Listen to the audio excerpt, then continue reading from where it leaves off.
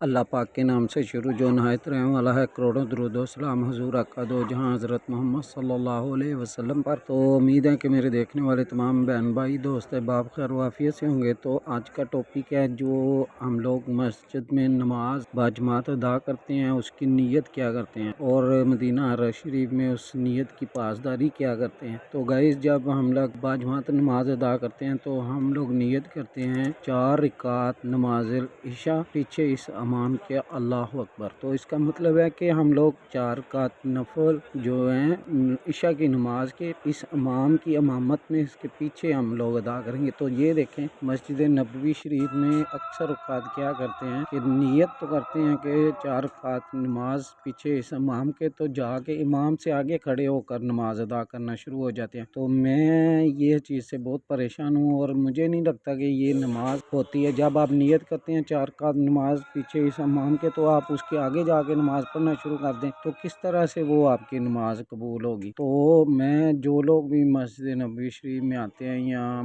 خانہ کعبہ میں عمرہ کے لیے آتے ہیں، وہ لوگ اس چیز کے اوپر توجہ دیا کریں اور کوشش کیا کریں کہ نماز جو ہے، جو انہوں نے بورڈ لگائے ہوتے ہیں کہ امام صاحب اس جگہ سے آگے نہیں ہے، ادھر امام صاحب کھڑے ہوئے ہیں، تو آپ لوگ کوشش کیا کریں کہ امام صاحب سے پیچھے جا کے ان سے پیچھے جو صفیں بنی ہیں ادھر نماز ادا کیا کریں۔ جو لوگ آگے جدھر جگہ ملی اور جلدی جلدی سے کھڑے ہو جاتے ہیں کہ جی اب ہم بھاگ کے جائیں گے تو نماز کمپلیٹ ہو جائے گی، ٹائم نکل جائے گا، تو وہ غلط ہے۔ آپ لوگ کوشش کیا کریں کہ امام صاحب سے پیچھے نماز ادا کیا کریں۔ السلام علیکم ورحمۃ اللہ وبرکاتہ۔